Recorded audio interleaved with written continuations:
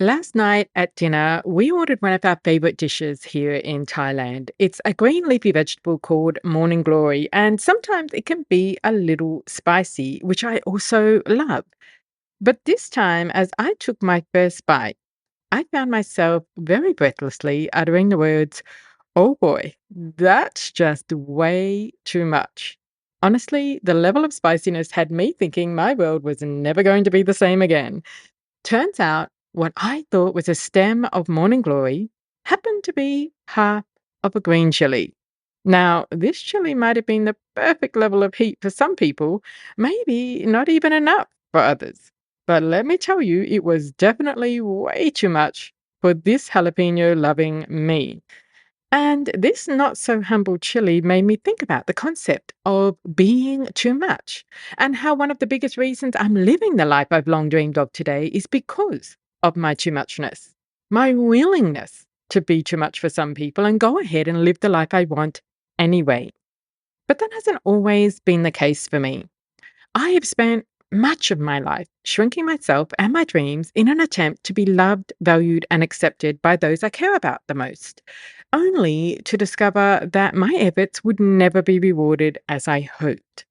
And I see so many women shrinking themselves to fit family molds, societal molds, work molds, relationship molds, friendship molds, beauty molds, age molds, dress molds, to blend in, to not be too much in order to be loved, valued, and accepted, all at a very big cost to their own uniqueness, happiness, well being, and life fulfillment. For me, I eventually realized that the only person who would look back on my life and feel disappointed with who I became, feel upset with the choices I made, judge the things I did and didn't do, was going to be me. No one person I was trying to keep happy by toning things down and playing life much smaller than I'm truly capable of was going to feel the depths of my regret for not playing out life to the fullest, for not becoming everything I can be and finding out just what is possible in my lifetime. And I decided to start dictating my life on my terms and go after my wildest dreams. I decided to step out from the shadows and go where my too muchness is a thing to be celebrated, not merely tolerated. So today, as I recover from my chili eating adventure and continue my 2 month Thailand work play holiday, which is only possible because of my willingness to be too much and live my life my way anyway, I wanted to offer you some tips on how you can start embracing your too muchness and find the courage to be boldly, uniquely you. Willing to be too much really is a superpower, my friend. So join me and let's talk about how to tap into it and create the life of your dreams. Welcome to the Self Creation School podcast for women who are ready to ditch mediocrity, step up and get more of what they want, and finally say yes to a life that sets their soul on fire. I'm your host, Leanne Letica, self creation coach, founder of the Self Creation School, and queen of yes. If you're ready to play life by your own personal rulebook and give yourself permission to say yes to yourself and your wildest dreams, this podcast is the place for you. A very warm and humid hello to you from Koh Samui in Thailand. And thanks so much for joining me today for a conversation I've actually been wanting to have for some time now. The thing is, sharing what I feel called to share with you today feels even harder than the aftermath of eating that chili. You see, my decision to embrace my too muchness came at a pretty big cost for me because it meant walking away from the majority of my family a number of years ago when it was openly demanded that I shrink myself into oblivion in order to make them feel comfortable in their own skin. The reality for me was that I had been shrinking myself for over 20 years in an attempt to be loved, valued, and accepted by the people who, deep down, I thought should unconditionally embrace me for who I am, who I thought were the ones that would help me celebrate my wins and support me through my losses. I had been a shadow of myself in their company for as long as I had been cast aside to the shadows, way back when I decided to exchange my cleaning legs for something better. The idea that I needed to shrink myself even more made me realize that the only way I could essentially do that was to not show up at all. And at the time this ultimatum was delivered to me, I was quite frankly done. I was going through a particularly bad time in my life at that point. My marriage was near divorce. I had a major business deal going south. My daughter, who was on the spectrum, was going through significant challenges. I was faced with some serious health issues myself, and there was a whole lot more going down. And I had finally reached a point where I really didn't have it in me to worry about keeping other people happy any longer. Honestly, I was exhausted trying to win people over who, at best, tolerated a fraction of the real me. I decided it was time for me to matter, every bit of the real me.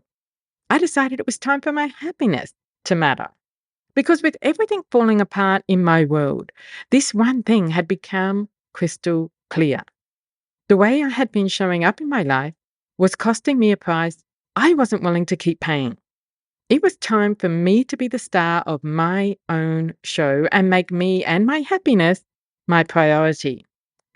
So, when that ultimatum came from my family, it came at a time when I was already having the hard conversations with myself about the kind of life I wanted, the kind of relationships I wanted, the kind of happiness I wanted, and who exactly I wanted to allow myself to be, because this reduced version of me, she was not coming on this next leg of my journey. And the real me, whoever she was, because I had lost sight of her, it was time for her to shine. All these years later, I have to say, as hard as it was for me to walk away from those I love, and it was one of the hardest things I've ever done, I've never felt freer. I've never felt more at peace and more accepted in my life than I do in embracing being too much for some people and living my life on my terms anyway. And the best part is, in no longer holding myself accountable or responsible for other people being comfortable in their own skin, I've never been more comfortable in my own. I did pay a big price walking away, but the price I had already paid in trying unsuccessfully to be not too much was significantly higher. And the price I would have to pay by sticking around and shrinking myself even more wasn't a price, quite honestly, that I could afford to pay physically, mentally, or emotionally. Turns out the ultimatum my family gave me was one of the greatest gifts anyone has ever given me in my lifetime. Walking away freed me to finally find me and to explore just what can be possible in my lifetime, because I'm no longer a woman who shrinks herself or her dream. I'm no longer a woman who is constantly second guessing her every move in an attempt to fit in where I simply did not fit. And I've found a whole new family of people who celebrate the very things about me that my family found too much. But it did take making space in my life to find me and find those people. And it did take letting go of my idea about what family should be, my idea that blood is a bond that shouldn't be broken no matter what, and my guilt for doing so. And it did take allowing myself to grieve while shining in my own light at the same time. Now, I wanted to dig deep and share this part of my story with you because, as hard as it is to actually share it, I know I'm not alone in the act of shrinking myself to keep other people happy. And I know many women struggle with having the courage to step outside the norms and play life by their own personal rulebook, particularly when it comes to their family. I've certainly experienced a whole lot of judgment for people when they learn that I walked away from my family. Those who have experienced something similar in their life with their family, they get it, they understand. And then there are those who are persisting with sweeping it all under the carpet, who finally breathe a sigh of relief when they hear my story and understand that they're not alone. It's not just them. And it is okay to challenge their norms. It is okay to put themselves first and for their happiness to matter.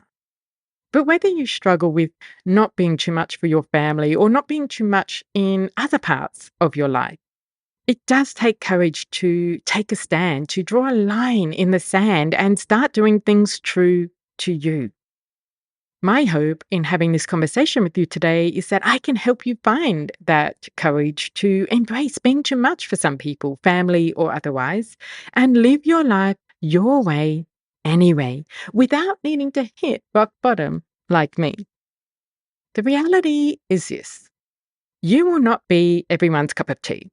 Some people are going to find you too much. They're going to judge you for having too much, doing too much, wanting too much, being too much. Some people are going to think you aren't enough. They're going to think you should strive more, do more, have more, be more. And some people are going to sing your praises either way. They are going to be the people who come along for the ride no matter who you be and what you have, do, or want. Some people will not even boil the kettle for you, and some will have champagne on ice. And logically, it makes no sense for any of us to subject ourselves to being anything but celebrated for who we really are. I mean, we do only have this one life, am I right? And who's got time really to live the shadow of the life we could live, being everything we can be? Yet all too often we shrink who we be or hide parts of ourselves in order to be loved, valued, or better accepted. Now, before we move on, I want to clear a couple of things up.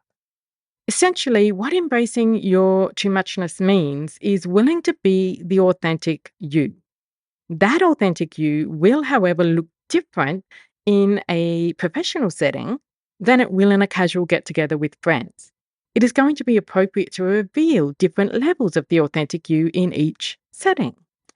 So I want you to keep in mind that being too much is really just about being authentic to you in every situation as each situation calls for, knowing that not everyone will love, value, or accept you.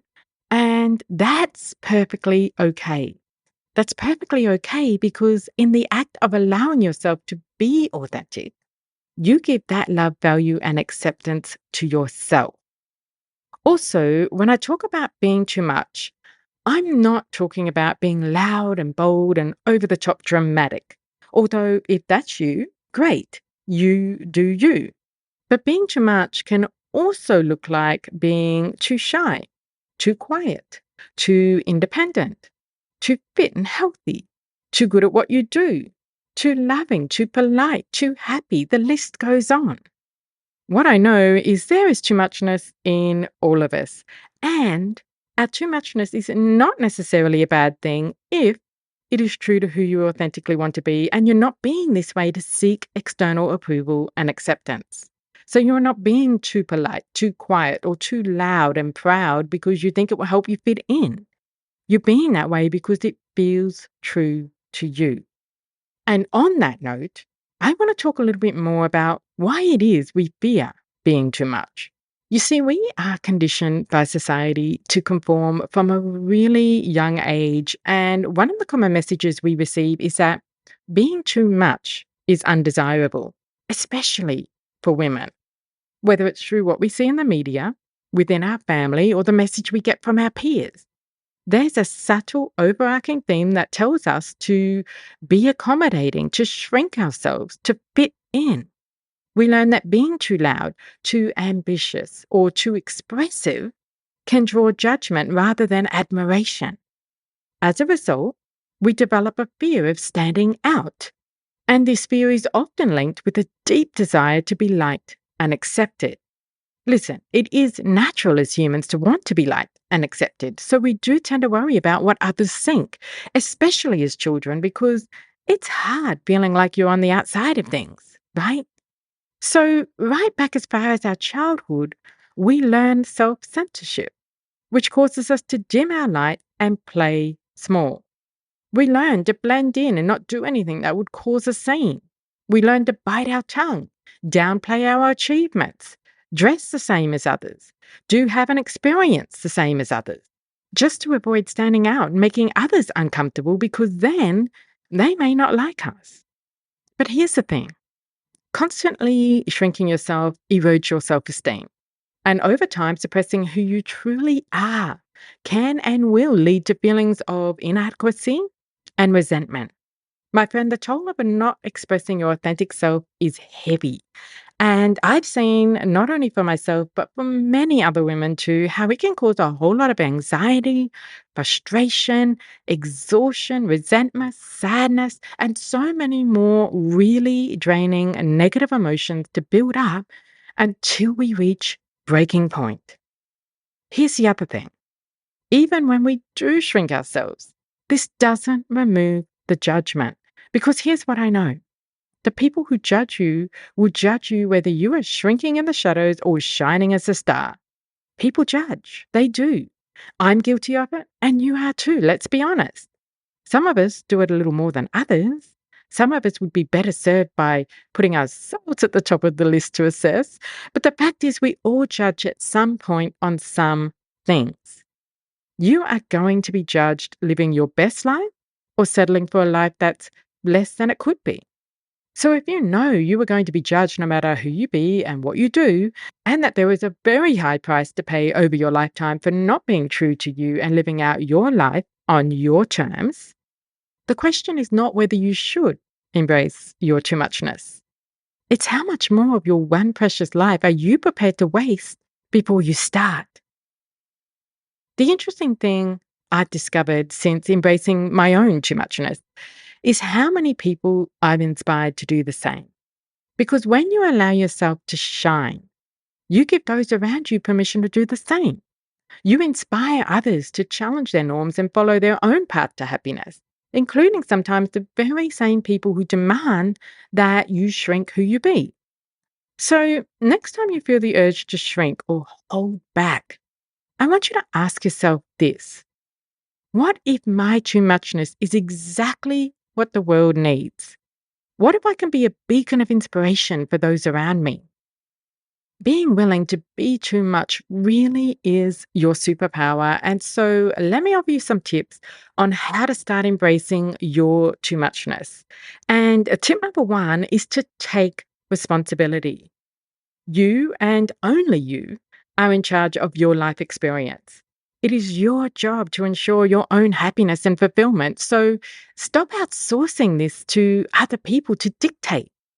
You do get to decide who you be and how you live your life. You also get to decide that your too muchness is something to be celebrated, which brings me to tip number two. You must give yourself permission to be authentically you and own your authenticity. This means understanding that you don't need anyone's approval to be who you authentically are and live the life that feels authentic to you.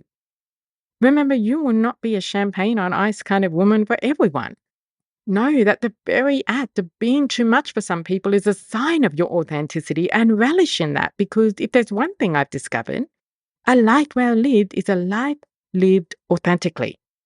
Listen, you can't control whether others will approve. That's the reality. But you can control whether you approve.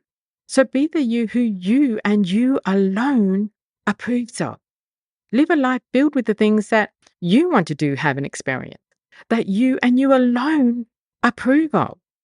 Let go of all external norms, expectations, and judgments, and set your own norms, your own expectations, and be the only judge of how you do you.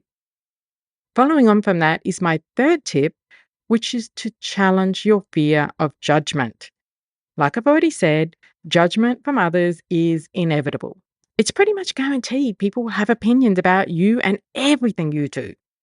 But their opinions do not define your worth. Only you define your worth. And they do not make you a bad person for wanting to be true to you and do the things that make you fulfilled and happy. Like I said earlier, those who judge you also do not have to live with the consequences of their judgments. They do not have to experience your life half lived. They do not have to experience you being a fraction of who you really are. They do not have to face you in the mirror every single day.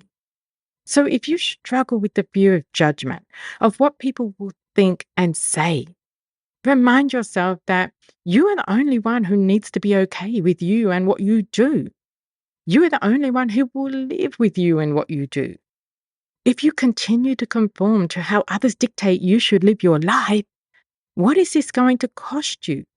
And are you really prepared to pay that price? The other important thing I found helpful here is to shift your focus to the possibility there are people who appreciate you for being you.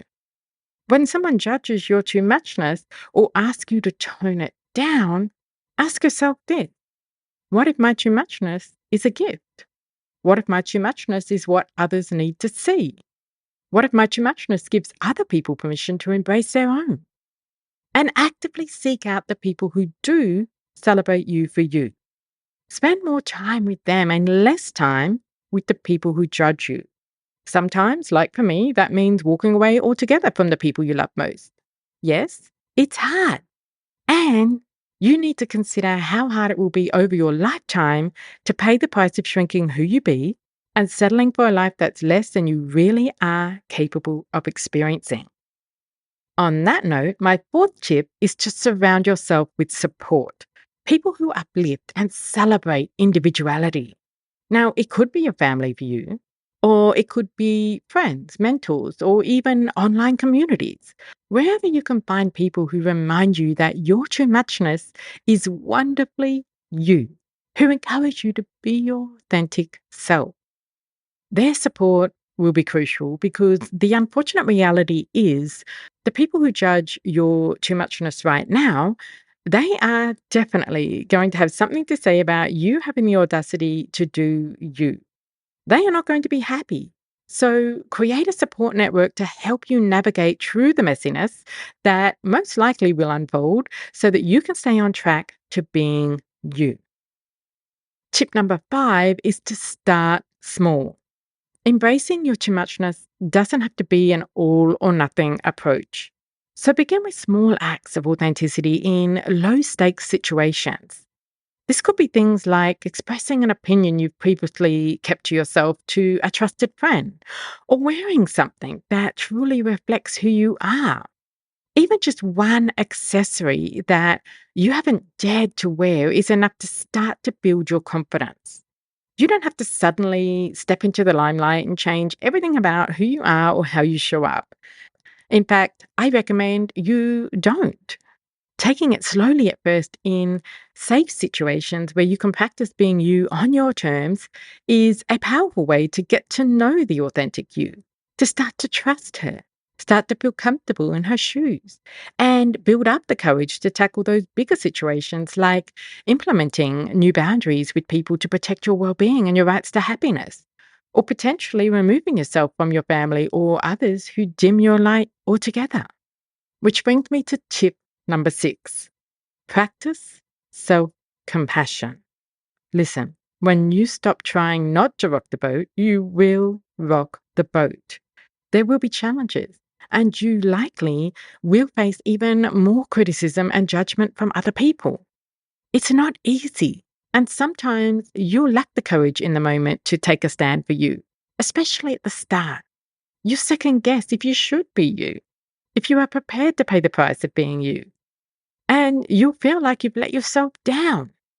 That's perfectly normal and perfectly okay. You've got to be extra gentle with yourself as you navigate this new way of being, to treat yourself with extra kindness, love, and understanding. When you don't get it right, when you succumb to your old ways of being, of shrinking your too muchness to keep others happy, remind yourself that change takes time. And it's okay to stumble along the way. But you can do this. You can step out of the shadows and claim the leading lady role in your own life story. You can stand tall and proud in the limelight and live out the script of your biggest, boldest dreams. I'm proof it can be done. You can be too much and it can all turn out okay on the other side. In fact, it can and often does turn out way more than just okay. My friend, embracing your too muchness is one of the biggest acts of self love you can give to yourself in your lifetime. But being willing to be you in all of your unique ways and being completely okay with not being everyone's cup of tea is a process that does take time. So show yourself compassion and allow yourself as long as you need. My final tip is to allow yourself to grieve. Sometimes we get this idea that leaving behind the things that don't serve us, don't make us happy or fulfilled, to embrace the life we dream of, that we should only feel positive emotions like excitement and happiness. But the reality is, it's normal to feel a whole bag of emotions, including negative emotions like sadness and grief. Because here's the thing, to become someone different, even if that's simply you getting back to you, you must leave who you are being right now behind. You must let go of this version of you. In the same way, to experience a different life, you must let go of the life you have in this moment. As we've discussed, that includes potentially some of the people who are in your life in this moment. One of my mentors put it to me like this: your new self will cost you your old self, and your new life will cost you your old life. Now, maybe and likely you are not going to leave all of you and your life behind. There are going to be some parts that you bring forward into this next chapter. But you will need to leave some parts behind if you want to experience something different. Otherwise, you will just rewrite the same old chapter once more. So recognize that you are letting go and that it's okay to feel sad about that, to grieve that. I know it sounds strange, but you can still be happy and excited for your new life at the same time as being sad to leave your old one behind. It's kind of like being sad to leave one location behind on your travels and being excited to explore the next. Happiness and sadness can coexist. Allow yourself to feel sad and to grieve for what you're leaving behind, and don't allow yourself to get stuck there. Remember why it is you're leaving this life and way of being behind. Keep your authentic self and your new life front and center. Some people find it helpful to have some kind of ceremony to mark letting go. You might, for instance, write a letter of gratitude to your old self for bringing you to this next chapter. You might recognize the people who you are choosing to walk away from, but who have delivered valuable lessons that have helped you grow and be ready for this next chapter. And then light a candle, read it out loud, and burn the letter to say goodbye. It might sound a little cliche, but it definitely works for some. Grief is a very personal thing, so find what works for you. But the point I want you to understand here is that you may feel sad. You may feel like you are grieving, and that is perfectly okay. Instead of pushing these feelings aside, thinking there's something wrong with you or that it's a sign you should retreat back to the shadows, recognize it for what it is. You leaving behind a part of you and a life as you know it for a more authentic life experience. Allow yourself to feel sad. Allow yourself to grieve. And don't allow yourself to get stuck in that sadness and grief. My friend, being willing to be too much for some and live my most authentic, fully expressed life possible regardless has become my superpower, and it can be yours too. It is the ultimate form of self-love, of self-acceptance and approval. It is the ultimate path to self-expression. And it is the ultimate key to living a happy and joyful life where the only limits on what is too much are your own. I want for you and me to look back on our lives and be amazed at just what was possible because we allowed ourselves to shine bright and play out life to the fullest. I want for you and me to say yes to our too muchness, knowing that in doing so, we invite others to do the same. And that, my friend, is a beautiful gift that we can each give the world. With that, I'm bringing this episode to a close. But before I do, if you'd like personalized support in embracing your too muchness, please do reach out and let's chat about how we can work together to make that happen. I'll be coming to you next week, once again from Thailand, where I continue to live in the question of how slow travel can help me make work and play a match made in heaven. It's a trip that is on the too much list for some people. Trust me, I've been told, and I'm going to celebrate every minute of it anyway. I do hope you will join me for that conversation, same time, same place, next Wednesday. Until then, be the woman who says yes. Hey, want to know what's stopping you from saying yes to you and a life you love? head over to selfcreationschool.com/yesblock and take my free 60-second quiz to find out what's standing in your way today. And I'll send you my self-creation shift process for shifting it. That's selfcreationschool.com/yesblock. I'll see you there.